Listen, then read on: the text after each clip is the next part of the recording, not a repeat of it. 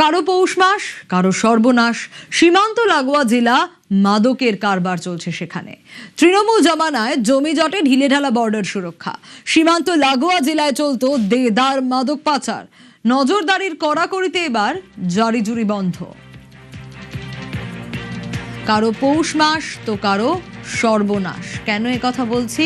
কারণ সীমান্ত লাগোয়া জেলায় মাদকের কারবার চলছে রমরমিয়ে।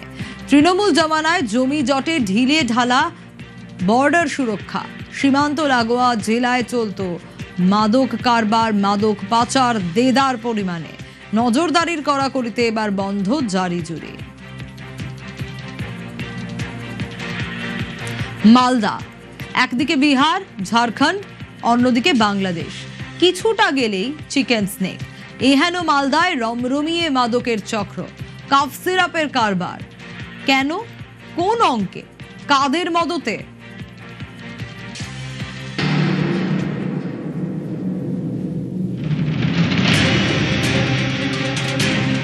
রবিবার রাতে টান টান অপারেশন। মালদার মঙ্গলবাড়িতে দুই জেলার পুলিশের হানা, তৃণমূল নেতার ফ্ল্যাটে টাকার পাহাড়।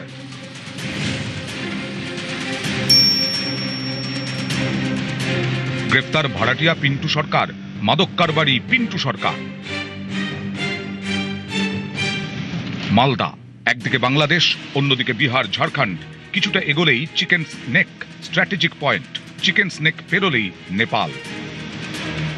ভৌগোলিক দিক থেকে অত্যন্ত কৌশলগত অবস্থানে মালদা জেলা। গত কয়েক বছরেই মালদাকে কেন্দ্র করেই ছড়িয়েছে মাদকের জাল। মালদার পাশাপাশি এই নেটওয়ার্কে জড়িয়েছে দক্ষিণ দিনাজপুরও। কখনো ভিন রাজ্য থেকে মাল এসে পৌঁছে যায় সীমান্ত পারের দেশে, কখনো আবার সীমান্তের ওপার থেকে নিষিদ্ধ পণ্য এসে ছড়িয়ে যায় ভারতে। মাদকের জালে ট্রানজিট রুট হিসেবে ব্যবহার করা হয় মালদাকে। নার্কো নেটওয়ার্কে লেনদেনের তালিকায় রয়েছে একাধিক মাদক। এই কাফ সিরাপের অন্যতম উপাদান কোডিন, যা শরীরে ঢুকলে মাথা ঝিমঝিম করে। ভারতে কোডিনযুক্ত কাফ সিরাপের ব্যবহার নিষিদ্ধ না হলেও কঠোরভাবে নিয়ন্ত্রিত। অন্যদিকে বাংলাদেশে কোডিনযুক্ত কাফ সিরাপ পুরোপুরি নিষিদ্ধ। উত্তর ভারতের বিভিন্ন রাজ্যে একাধিক ওষুধ তৈরির কোম্পানি রয়েছে।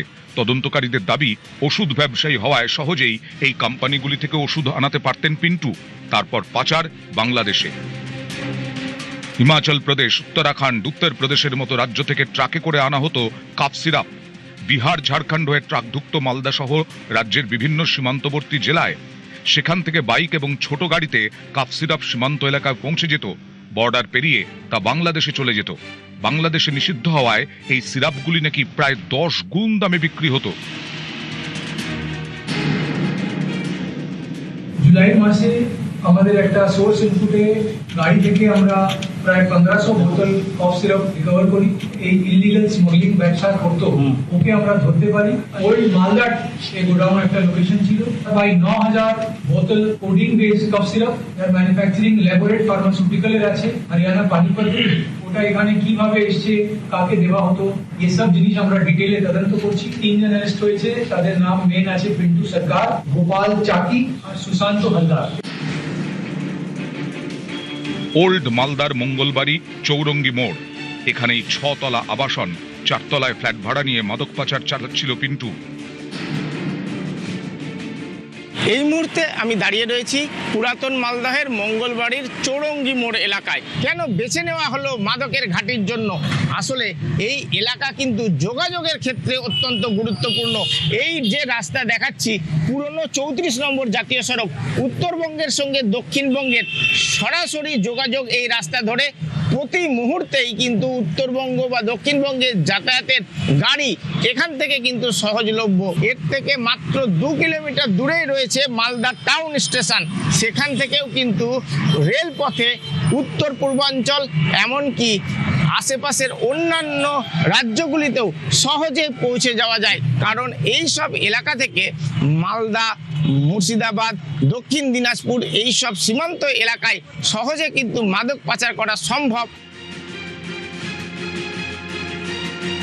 ক্যামেরায় লিপেশ লালার সঙ্গে সেবক দেব শর্মা এবং সান্নিক ঘোষ, নিউজ 18 বাংলা। গতকাল দুর্গাপুরে বিপুল টাকা উদ্ধার হয়। পরিত্যক্ত ইট ভাটা থেকে উদ্ধার 48 লক্ষ। ফরিদপুরের চন্দ্রডাঙ্গায় টাকা উদ্ধার করে পুলিশ। গতকাল দুর্গাপুরে বিপুল পরিমাণে টাকা উদ্ধার হয়। পরিত্যক্ত ইট ভাটায় 48 লক্ষ টাকা উদ্ধার। ফরিদপুরের চন্দ্রডাঙ্গায় টাকা উদ্ধার পুলিশের।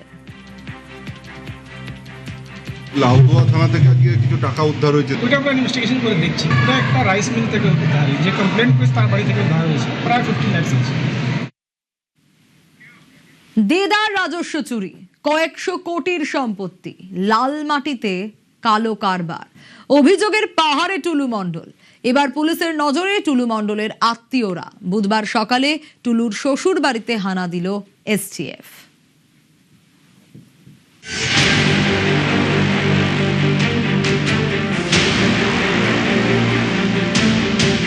নাজিবউদ্দিন ওরফে টুলু মণ্ডল বীরভূমের বালি মাফিয়া।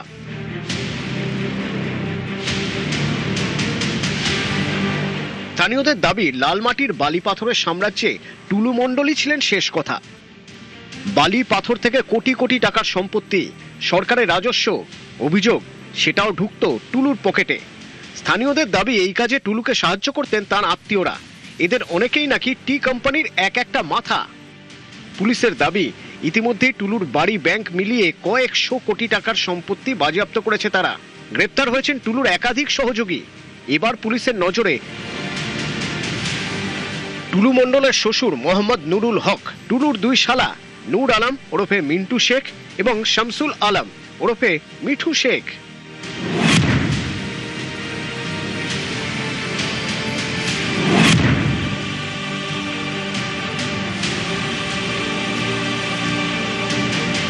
বীরভূমের পাড়ুইয়ে পাশাপাশি দুটি আলিশান বাড়ি। বুধবার সকাল 9:20 নাগাদ এখানেই হানা দেয় রাজ্য পুলিশের এসটিএফ। তল্লাশি চলে মোহাম্মদ নুরুল হক ও মিন্টু শেখের বাড়িতে। উল্টো দিকেই আরেকটি বাড়ি, এখানে থাকেন টুলুর আরেক শালা মিঠু শেখ। সূত্রে আমাদের জানা ছিল যে কিছু মাল এখানে আছে, সেই জন্য এসেছি। হ্যাঁ, অস্ত্র বোম বারুদ আছে বলে আমাকে এসেছিল। কলকাতায় থাকতো আগে, ছেলেকে পড়াশোনা করতে, এবারে মেয়ে কলকাতায় আছে, এইটুকু জানি। সকাল 9:20 থেকে বেলা 3:20 পর্যন্ত তল্লাশি অভিযান চলল, যদিও তেমন কিছুই উদ্ধার হয়নি। বাথরুম থেকে শুরু করে বাড়ির বিভিন্ন জায়গায় কুড়ে দেখা হয়েছে। একসময় টিউশন করতেন টুলু মণ্ডল। অভিযোগ 2011 সালে তৃণমূল ক্ষমতায় আসতেই অন্ধকারের অর্থনীতিতে হাত পাকানো শুরু হয়। দিনে দিনে বিশাল সাম্রাজ্য, কয়েকশো কোটির সম্পত্তি। অভিযোগ তৃণমূল আমলে শুধু টুলু নয়, তার আত্মীয়দেরও ভুল বদল হয়েছে। স্থানীয়দের দাবি টুলু মণ্ডলের শ্বশুরের আদি বাড়ি বীরভূমের তালিবপুরে। একসময় তিনি চাষবাস করতেন। দুই শালার একজন গাড়ি চালাতেন, আরেকজন ধান কেনা বেচার কাজ করতেন। অভিযোগ 11-র পর তাদেরও উত্থান, চলে আসেন পাড়ুইয়ে। টুলু মণ্ডলের দুই শালা এখন পাথর ডিপোর মালিক। শোনা যায় তাদের প্রায় 40টি ডাম্পার রয়েছে। সেগুলির গায়ে টুলু মণ্ডলের সংস্থার কোড নেম এমএসপি, মণ্ডল স্টোন প্রোডাকশন। রাজস্ব এড়ানোর গ্রিন সিগন্যাল। এই দেখুন সেই ডাম্পার। স্থানীয়দের দাবি টুলু মণ্ডলের বিরুদ্ধে তদন্ত শুরু হতেই বেশ কিছু ডাম্পারের গা থেকে এমএসপি লেখাটি মুছে ফেলার চেষ্টা হয়েছে। এই গাড়িগুলো কাদের? মিঠুবাবু। এই মিঠুবাবু কে হয়? কার সম্বন্ধী? টুলু মণ্ডলের সম্বন্ধী। কতদিন ধরে এই গাড়িগুলো বন্ধ হয়ে আছে এখানে? 2 সপ্তাহের গাড়িগুলো বন্ধ, সব চলছে না। মিঠু আর মিন্টু কে হয়?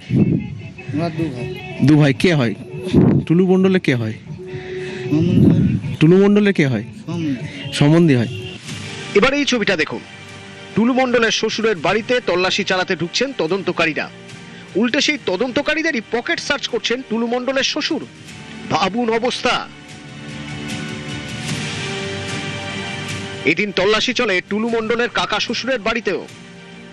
আমাকে সেরকম কিছু করেনি, আমার বাড়িতে সার্চ করলো, আমার বাড়িতে কিছু পাইনি, কাকার বাড়িতেও কিছু পাইনি। বীরভূম জেলা পুলিশ সূত্রে এখনো পর্যন্ত কোনো কিছু উদ্ধার হয়েছে কিনা না সেই বিষয়ে স্পষ্ট করা হয়নি। বীরভূম থেকে ইন্দ্রজিৎ রুজ, নিউজ 18 বাংলা।